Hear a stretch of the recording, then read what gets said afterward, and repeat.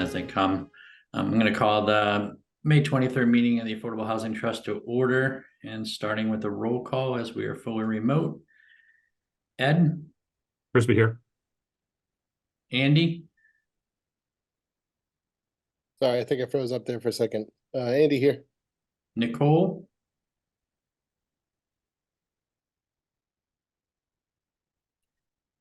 We'll go back to Nicole. Dan? Here. Bruce is here. Nicole, can you hear us? Hi, can you hear me? I can. Just respond with an affirmative. Is that Nicole? Yes, I'm here. Perfect. I believe Brittany will be along shortly. Tonight's meeting should be relatively brief. We've got a couple of things we got to take care of at the end. But for right now, Fiona, could you give everybody an update on 1727 Upton Street? Yeah, absolutely. So we had our opening hearing on Monday. I know a couple of folks were there in attendance, so thank you for coming. It was really more of a project introduction and explanation to the board. The board asked a couple of questions and we opened it up for public comment. The public comments were overall, I think, in support of the project. There was a couple of folks who were nitpicking about the scale to be expected. And then there was a couple of inquiries about the barn, which we knew were coming. There was a letter that was submitted by the Historic District Commission asking the board to consider keeping the barn intact. The question was posed by our chair to the development team to see what they could do. I don't believe there's many options. I've researched it, and it's not doesn't have a historic designation that I could find, but the project team are submitting a project notification form to Mass Historic Commission for the demo. So they are proceeding with that. It's really hard for them to meet their minimum parking requirements, given the layout of the site, without demolishing the barn, which, and I know this is not new information, but just so folks are up to speed. Other than that, there is one kind of nit. So we're trying to figure out with the MBTA communities overlay designation for the site, we wanted to include this area because it made perfect sense. There was already a project that would be happening there. However, I'm confused. Maybe Kathleen will know, but we are getting advice from Harrington and Heap, our town council. The permitting mechanism forward, if we can or cannot require them to get a special permit, or if it's only site plan approval. And we also, when we applied for our district compliance application way back last year, we used their minimum density. They're allowed up to 8 units an acre by right. And that's what we used for that site when we included it in our district compliance application. So we're just trying to kind of figure this out. When we got the letter back from the AG's office after the zoning was approved, they basically said, you cannot enforce any other sort of regulatory or permitting mechanism beyond kind of basic site plan review, and you can't enforce, any unreasonable conditions that you wouldn't otherwise do for a multifamily project. So either way, they have a path forward. There's no cause for concern, but we're just trying to navigate how, there's not many communities, especially in Central Mass, that are this far along with their MBTA communities zoning, never mind having a project going through the process. I mean, we still haven't even gotten our district compliance application approved by the state. So it's an interesting situation that I think we'll get through, but it's just. Yeah, I mean, I don't think you can require a special permit. I think it's site plan review because it's a matter of right. Right. I mean, I Right. suppose if you're going to exceed the density that's allowed, which this project is, right? Mm-hmm. Yep. Yep. I think they're not availing themselves of that MBTA zoning at that point. Mm-hmm. They want more relief than is going to be required for so I think that moves it to a special permit. Yeah, see, it's tricky. So we have a call with, I have a call with council next week to kind of talk Yeah. through it. So just, you know, for the trust, just be, you know, just where we have some pathway forward. We just have to figure out which one. And we do, Right.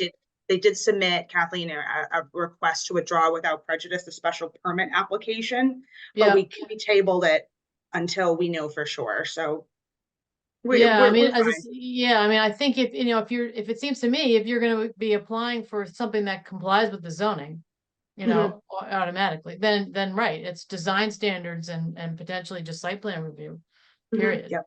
But Right. that's not what they're looking for, so.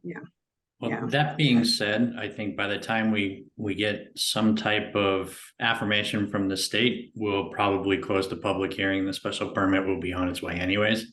Yeah, Outside of Concom, which I don't think is going to be too much of an issue. Mhm. I'm not too sure that what is proposed now is not in the character of the overlay district that was, you know, voted on at town meeting. So, and Yeah. the comments that, you know, we got, Fiona can probably attest to it, weren't, you know, they were minor detail type of things. There was a couple of scale things, but the scale thing is really not something that's going to be reduced. It fits. Mhm. There's not going to be Yeah. many, you know, waiver requirements, and they have the ample parking. yeah, That's another thing, Kathleen, about waivers. I don't think we can make them get waivers either based on the AG's letter that we got. yeah, no, I don't think It's- so, yeah. Yeah, so I mean, we might be looking at quite an easy breezy planning board process for them. So I will keep everybody updated. But yeah, just to piggyback off of Bruce's comment about Concom, I think I spoke with Leah, and I think they're just kind of going back and forth with some requirements about the boardwalk, but I don't think it's not anything substantial. So all is well. I'm happy to answer any questions about the project or any of the procedural questions that I can't answer at this time, rather. But yeah, no, I think it's good. You know, they're going to come back with revised drawings on the revised plans rather on the 24th of. Mhm. Oh, good. Yeah. Can you just give us, I know they're coming back on the 24th, but the timeline? Whereas, when you met with them originally, was there an overall timeline of submittals and things like that proposed? They had everything ready to go in their application package. The peer review, bear with me for 1 second. I'll pull up the project page. I think we're waiting on peer review from at least traffic. I can't remember if Graves got theirs in. But Graves is they're gonna be at least a few weeks to review everything, right? Right, yeah, great. Yeah, so we're still waiting on engineering peer review and traffic peer review. Okay, I think we're waiting on checks for them for that. So when we get the checks, we'll begin that process. We have a consultant that we work with MDM for the traffic typically, and Graves is usually pretty speedy. So I'm thinking that they'll be able to have their peer review letters in hand within the next, couple of weeks, and hopefully that'll give them time to turn around any revisions in their plans for the 24th. it might be tight for the hearing Might in be June, tight, but yeah. here's the hoping. Sure. Okay, well, great. And does anybody else have any questions for Fiona on this? More information, of course, will follow. Why don't you head right into 25 Worcester Street? I know you met with the Yep. the bidder, so to speak. Well, Whatever yeah, I the name was is. corresponding with Andy back and forth. I was just trying to get more of a concrete timeline on and what, you know, so we can have an understanding of what's to come and where we can assist. That, I believe that timeline is in the packet. I will grab it. Yeah, so they they're have- looking. Yeah, Yeah. Yeah, so they're doing legal review and survey work through the duration of 2024 and trying to submit their project eligibility letter. So we'll have a comment period similar to what we are doing for 14 Snow. That's, oh gosh, what is that? 20-day comment period. I'm probably slightly off there. I should know that off the top of my head, but I don't. So yeah, we'll help them with that, get a project comment page up on the TA's website, and then they're anticipating receipt of that project eligibility letter from EOHLC in early 2025. In the meantime, they're working on financing. I'll pull up the email that he sent me, which he said I could share.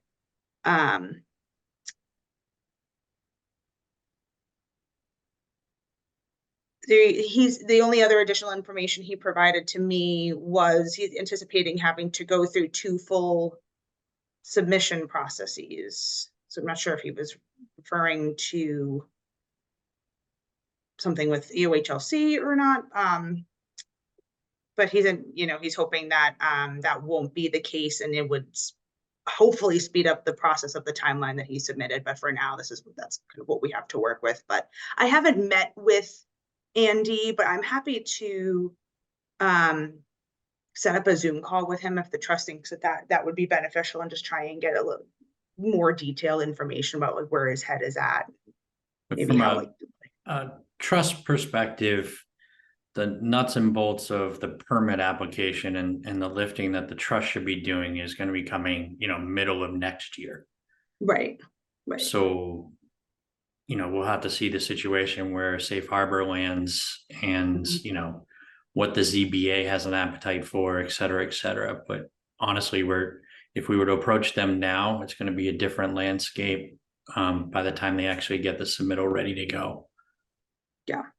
So I did a quick calculation, and with the 2 requests for inclusion that I submitted for the 116 Upton and 59 Pleasant Street project, and with the Fisherville Terrace is quickly moving along. I mean, they're almost issued all of their COs for all the affordable units, so that will be able to be added to the SHI at that point. And we're getting pretty close. We're at like 9.2 with those projects. Wow. So Yeah. they're designating in the timeline about 6 months for the ZBA process. My guess is it's going to be closer to 9. Because they're talking about submission and things like that, but their actual comprehensive submission and things of that nature, I think everything's going to be pushed out a quarter. I don't know how much anybody cares, because we're talking about almost 2 years away now. Right. At the end of that process before they get into the next phase of it. Yeah. And who knows what type of funding mechanisms are going to be out there, 2 years down the road. Sure. And I just always find that, the SHI, it's always a sliding scale. I just find that, there's a desire from folks in town to add the units as soon as the comp permit is issued, right? So that I've been doing that, but I've been telling people I'm not doing that anymore, because then you have to go, then they'll fall off if building permits aren't issued, or maybe building permits are, and then they can fall off if the COs aren't issued. So they say we are closer to 10% now, but things could change. I'm going to try and avoid going forward, despite people wanting me to add units as soon, or request for inclusion as soon as possible. Just hold on that. So yeah. So anyway, long story short is that, who knows what the landscape will be at that point, but. If anybody has any questions about 25 Worcester Street, if you digest this a little bit later, just pass them along through Amber, and then they can reach out to the kills me their acronym because I always forget it, but to the 25 Worcester Street people. Yeah, the Worcester Community Housing Resources, Inc. There you go. That's the one. Yeah. But yeah, again, offer still stands. Like I think I might just ping them anyway in about a month and just say, hey, are you interested in addressing the trust at the next meeting, or talking through the timeline a little bit more, what have you. Okay. Then did anybody else have anything concerning 25 Worcester Street? If not, I'm just going to move on to attending the listening session for strategic statewide housing plan. Fiona, is this something that you found? Yeah, this was something that was brought. Let me pull it up. Sorry, I have all this stuff ready to go. I do, but I have to click around a bit. This was something that came across my email. just thought the board might be interested in attending. I think that there is a there's a virtual option. It's passed. Sorry. So there's a couple of different sessions that they're having Tuesday. Nope, that one's passed as well. The next virtual is May 29th. And this is just this was shared with by CMRPC, just kind of listening sessions as they craft their kind of planning goals going forward and creating, their kind of strategic overarching housing plan, which will, of course, if we're on board and participate in the process, we get local planning assistant hours. So that's pretty nice. And we also get, priority designation for grants and things like that. So, I encourage if anyone in the trust is willing and able to go, let me know. I'm going to try and attend some myself, probably the virtual session on the 29th. So just kind of want to keep the trust in the loop about whenever these things come up. So I actually went on Tuesday to one in Worcester. So it was Nice.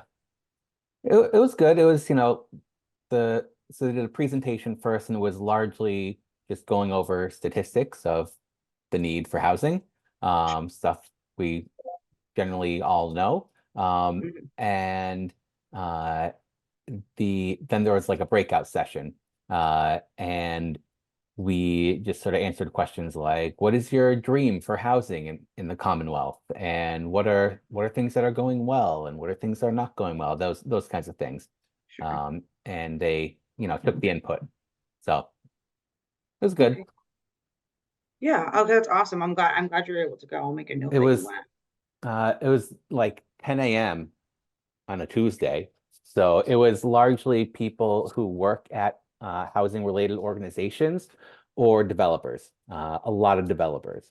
So a lot of developers are going to have input into the housing plan. I'm which sure. is, Oh, yes. Lots of input. a biased perspective on solutions to housing.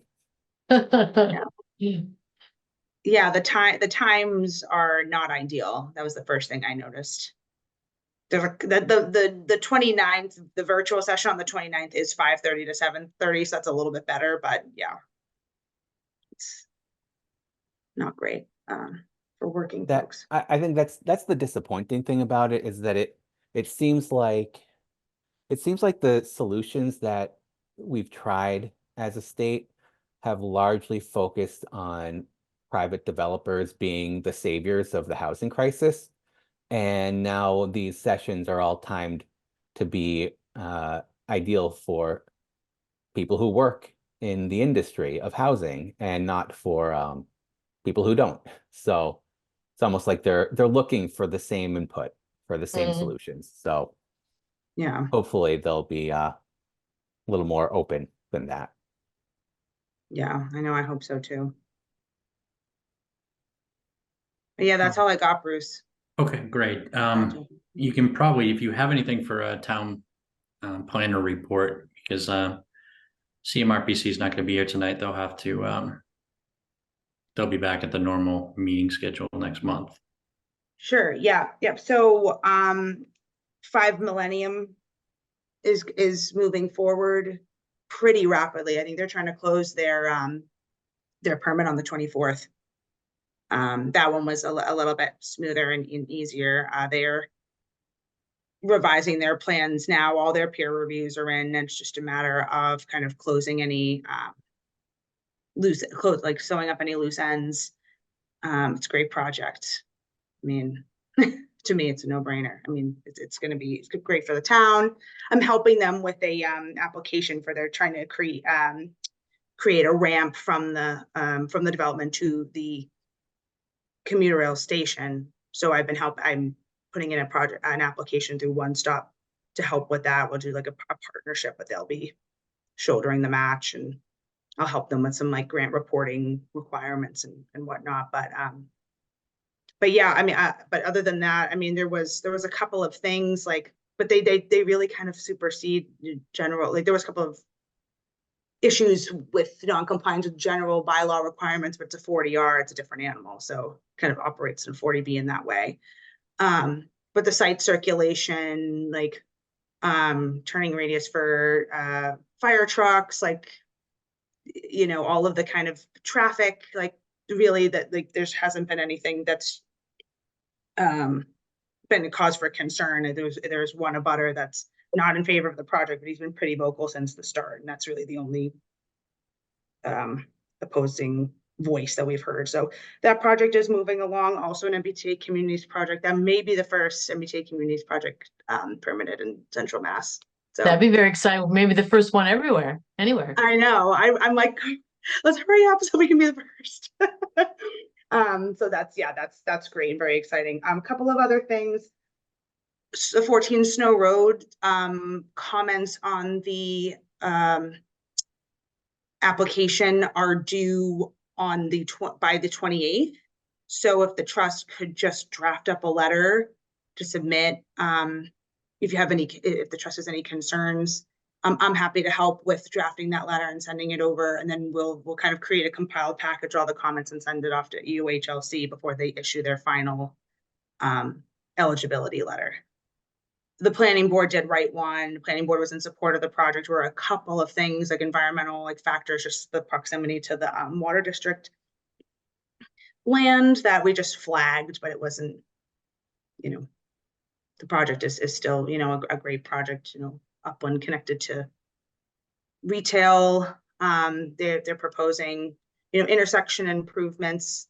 I mean, it would be nice to see a little bit more there. I think that that can be a tough spot sometimes, but so that's the next thing. So we can coordinate on getting a letter, or I can just take comments via email. I don't think it has to be anything too formal, but yep. But other than that, oh, there's I just wanted to make sure that we're all on the same page. So the 11 and 13 Suzanne Terrace, 2 lots that you know, this was a subdivision that was approved way back when. There's not anything that we can do with the lots. I checked the housing production plan. They were kind of originally thought that we could do some affordable housing, but the site conditions are too challenging. And Evan, our town administrator, reached out to me and was interested in doing like a pocket park. And then after digging, it's Article 97 land anyway. So I just wanted the trust to be aware that that's something that I think it'll help with, you know, the Snow Road project, kind of create more opportunities in that neighborhood. And so that was the project that everybody came out with torches and pitchforks about 12 years ago. We looked into it. We were going to work with Habitat for Humanity on that. It was 2 whole units. We found that the land wouldn't perk, and we abandoned it entirely. It was a nightmare. Yeah, sounds like it. Yeah, so It's filled with concrete too, wasn't it? Yeah, it was filled with concrete. mm, That's the same neighborhood where Snow Road is going. And if Yeah. you thought it was tough getting 2 units into Suzanne Terrace, wait until the public comes out about 300 on Snow. That's going to be an adventure. yeah, that is going to be a very long hearing process. Go ahead, Jen. So Article 97, that's the same thing that what was it? Gillette Street. Perry Hill Yes. Park, Yep. right? Okay. And Fillet, yeah, the 21 Fillet, Okay. yes, yeah. Yeah. Yeah, it's why we couldn't do anything in that entire area pretty much. And basically, once land is entered, you know, into Article 97 or gets that designation, it's very, very challenging to get out of it. So, and it's the subcategory of recreation. So there'll be like a recreation component. But yeah, I mean, if the trust, you know, we'll continue to talk about it, but I just wanted it to be on your radar, and because I know that the trust was involved back when that. I wouldn't subdivision- even bother. No. There's a whole new Public Lands Protection Act process in place. So if you take something out of Article 97, you have to replace it, sort of 2 for 1. Mm. It's just not, you know, I don't think it's worth it. In fact, they probably love that because there's not going to be a park going in there either. They fought tooth and nail for that to be a park, they said, and then, you know, here we are again all these years later. There's nothing there. There's nothing you can put there. Yeah. Mhm. It's not even worth it. Yeah. I know, I'm getting kind of nervous that Pocket Park Dream is. I mean, you They're could kind put of like you could put like a basketball court there, I suppose. It's Yeah. pickleball court, perhaps. Hey, there you Hey, go. there you go. Pickleball court. It's a Oh, revolution. the neighbors will be like, you idiot. All right. Do you have anything else for us, Fiona? And no, not really. I just, has the trust done any, had any involvement in, long-term like monitoring of projects, like ownership? So this is kind of new to me, but with Winslow Point project, they, in their regulatory agreement, didn't really have anybody designated to handle like sending out the letters to homeowners every year to certify that they still live there, or if they're planning to sell or refinance. I'm just taking it. I have a template. I asked the state for a template, and I'm just kind of have like a calendar reminder to handle it every year. But I didn't know if that was something the trust does or We don't want currently to do that. or- No. Yeah. Okay. Everything in the past that's kind of flowed through has either, gone through, what was it, Chappus? I know they don't do that much anymore, or individual developers and teams came up with their own solutions and used whatever services they found to handle monitoring and compliance and things of that nature. Yeah, like EUHLC will take, we're just responsible for sending out the letter and then making sure that we share that if anything has changed with EUHLC, and then they take it from there. But I thought it was unusual because it's not something that the town's ever done before. I tried to engage CHAPA, and I just kind of got into a back and forth, and they wanted payment, and I said, we're not, that really should be on Pulte, but yeah, whatever. It's It's it was usually a learning curve. condition of the permit that the developer has to pay for those fees, should there be Yeah. any. Yeah. That's what we've always done in the past. Yeah, I'm going to be more diligent going forward, because that was before that permit predated me, and I said, there's nothing in here. So I guess I'll send out the letters, but I yeah. mean, if we were to look, 2 or 3 years down the road, and some of these bigger projects come to completion, and we have, 200, 250 affordable units to monitor, it might be beneficial for the trust to step in and monitor those. But Yeah. right now, what's your inventory of affordable units? It's kind of minimal. It's going to get there, but Oh yeah, it's definitely going to get there, and that's what I'm thinking. Like going forward, like we can continue the discussion and see how we can kind of tackle it, because it's it's fine for now, but yeah, and I'll make sure to watch my permits closely, make sure condition them Fair correctly. But yeah, other than that's really all I have. I'm happy to answer any questions about anything in particular. The master plan is, our housing section is, they haven't presented the housing chapter yet, but I'll make sure to invite the trust to that meeting with the working group when it's ready. thank you, Fiona. Anybody else have any questions? Andy? Not so much a question as a comment. One of the more sternly worded pieces of feedback we got for 14 Snow was outlined a lack of walkable parks, in those general areas. So, maybe the attitude towards a pocket park, if it's possible, on Suzanne might have changed over some of that time. It still feels like a good option to pursue if we can figure out something viable, just to meet the public demand. Yeah, absolutely. Yeah, we're definitely gonna move forward and see what we can do. I'm hopeful that with the concrete, though, I get a little nervous, but we'll make it work. All right, so we have some invoices. Kathleen, it was some commentary back and forth, just so I don't keep you too long tonight. You've had a chance to review these invoices, but you had some things that you wanted to pull out. The legal bill for the lawyer in Maryland. I don't see any reason why we're paying for the guy to get a certificate of legal existence, and that's just that's their legal fees. Yeah. There was a travel charge for Ty and Bond that was attached to their bill for $25,000. I'm not so sure that we need to have a fight about that. $221. But you know, I mean, most of the time those are folded into the into the bill, so we don't know that we're paying for their travel. I mean, we did have that story in the beginning where we were getting charged for hotel rooms in Salem, Massachusetts, and Yeah, we here took care of someplace. that. So Yeah, which we didn't pay. So I mean, we could, since it's a separate charge, we could just not pay it. I mean, I don't, if it's a sub that's working in the field and stuff like that, I would prefer they would just roll it into their invoice and we just see the Right. total invoice. But I really don't have a problem paying, a surveyor or engineer, And that's what it driving. is. So Yeah. I wouldn't have a huge, I mean, I would just say, fine, it's attached, it's an exhibit, it's part of the same bill. And that's okay. It's a subcontract to the engineering company, not them. And so I don't have that much of a problem with it, but their legal fees I do.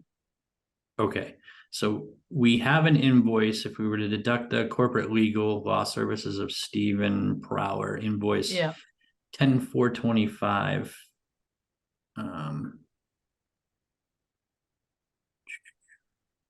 Which is kind of broken down at the end. It's a 3554. Okay.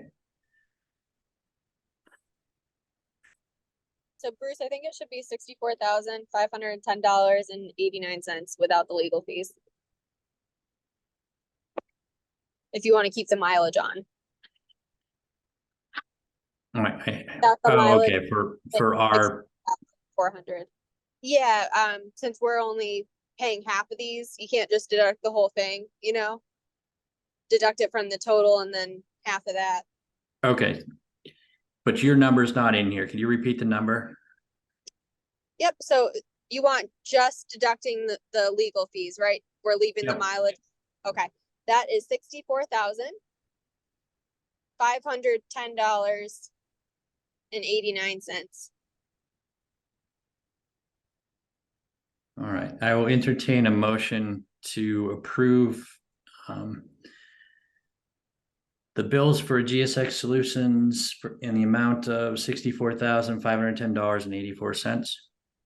So moved. Excuse me? Sorry, 89 cents. I amend I'd amend the motion to cover the. Moved as amended. All right, do I hear a second? Second. All right, any discussion on the bills? All those in favor by roll call, starting with Ed, Frisbee, aye. Nicole, Nicole, I. Andy, Jefferson, I. Dan, Dan, I. and Bruce is also an aye. So Amber, when you return, if you can get that out for us, appreciate it. I think the one thing I just will note on Attorney Preller's bills, we're not allowed to do this in Massachusetts, and some people do it anyway, but he block bills a lot, just for like a lot of things. So like if you go to like the November 1st, 2023 bill, it's like telephone call, email, telephone call, conference, 3.5 hours. Okay. How long were those telephone calls? You know what I mean? So I'd prefer they didn't do it like that. I don't know if there's any feedback we can give these guys that, block billing is generally not accepted in Massachusetts. Please break out each call.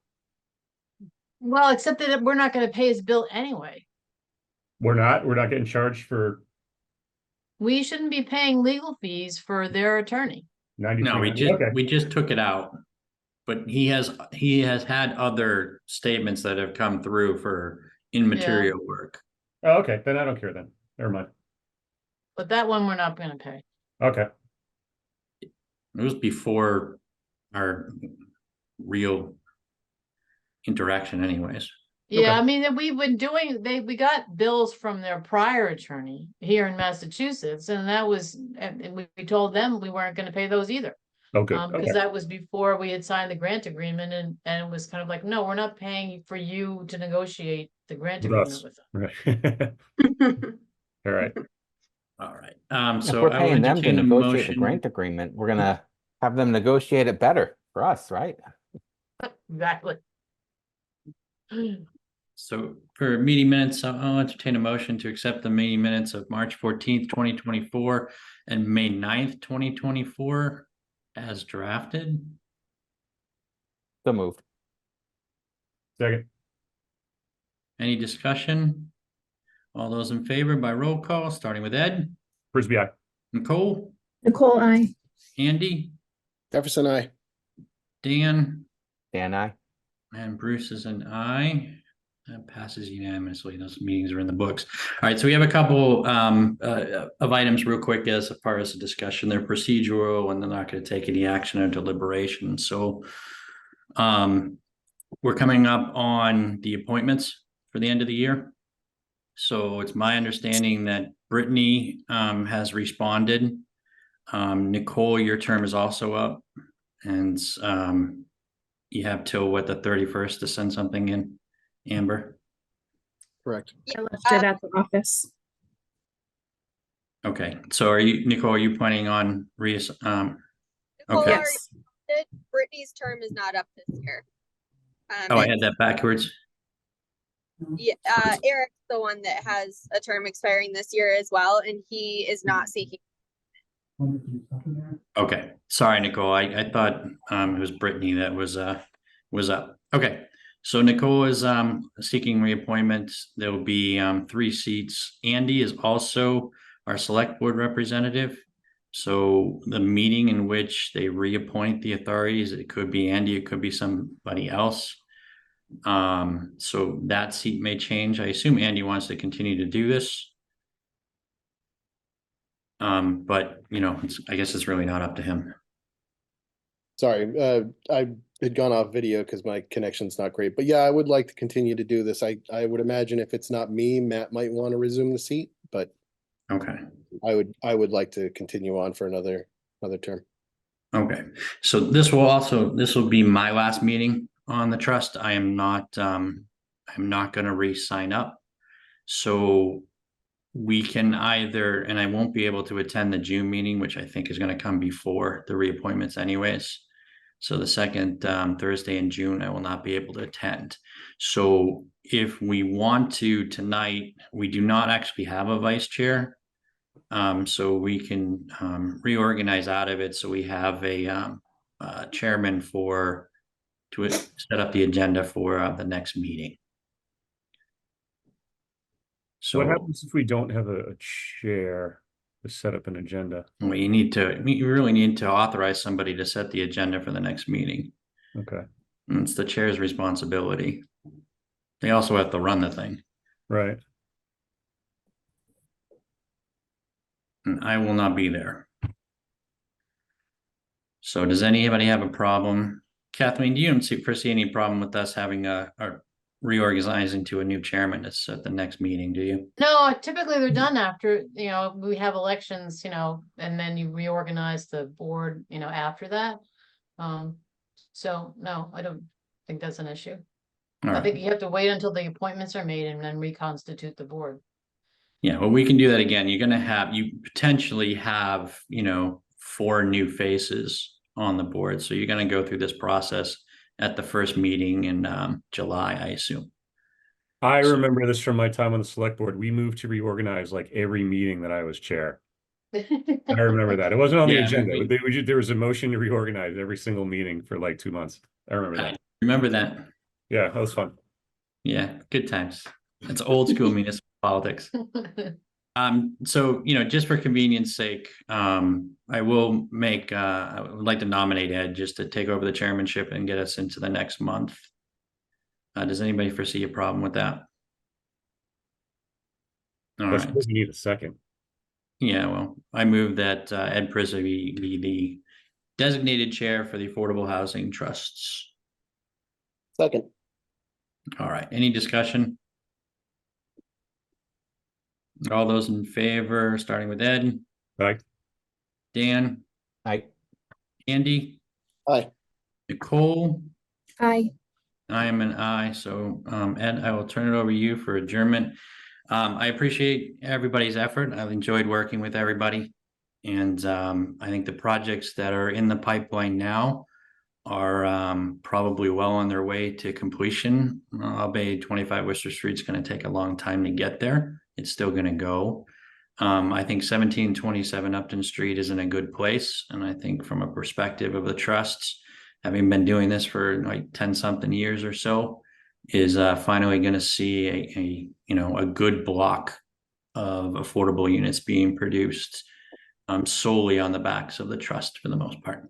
So I'm pretty happy that the momentum that's there and the staff support that we have, which I greatly appreciate, the work of Fiona and Amber is going to continue for the next year. And we'll have some professionals working in the municipal center for us that will be able to see these projects through.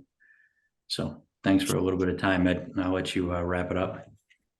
All right, before I let you go, Bruce, one of the benefits of getting older and having these gray hairs on my head is now I have stories that I get to tell, having been around for a little bit. And I'll tell you guys, the first time I ever met Bruce Spinney was in 2012. I had just moved to town the summer before, and my first volunteering gig was on the Affordable Housing Trust. And I was all excited about it. And I was at the Grafton Inn, and I had met Lisa Kelly, and she introduced me to Bruce. And this is back before Bruce had a beard and he had glasses and not much more hair than he has now. But we were having a couple beers together, and I was all excited about affordable housing. And he said, I'm all for that, but you try putting 300 units in town and I'm going to oppose you. Now here he is. It's been fantastic. Bruce, nobody really over the course of the past decade has done more for the cause of affordable housing and keeping this thing moving than you have. We really owe you a debt of gratitude. The town owes you a debt of gratitude. There is no other board or committee that you can serve on that is more thankless than this, or will earn you, more enmity from the community. But you do it anyway, and you stick it out because you know that it's for a greater good ultimately down the road. And it's not popular, but you've really carried the torch for us here through some lean years, too. I think through some years where there were some people on the trust that weren't on the trust because they wanted to develop affordable housing, but they were here because they were trying to stand in the way. So we owe you a lot of thanks for that. You're not really going that far, man. I'm going to hit you up for advice and help in your wisdom and experience. And sooner or later, we will get Hudson. We will get Hudson, and we will get some affordable housing on there. I will leave my phone on when we get to that point. Because thank you. Thank you so much. The environment that we're going to see over the next couple of years is going to be conducive for that. But yeah, we'll see. We'll see. It's always bad. It's never good. All right. Having said all that, thank you, Bruce. I will entertain a motion to adjourn. So moved. Okay. All in favor?